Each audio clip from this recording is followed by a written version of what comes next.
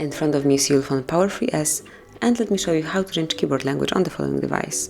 So just take a quick look at the current condition of our keyboard. It's definitely in English, and you can smoothly change it by opening the settings.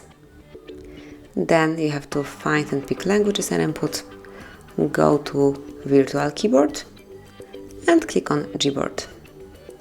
Now select languages, and from the following list just switch off system language, and from the following list you can pick whichever language you only want to apply. So for example, let me pick Hebrew. Let's switch English off, so we have one keyboard only. Let's go back, and now if you'll open the messages, you will be able to see that the keyboard language has been changed.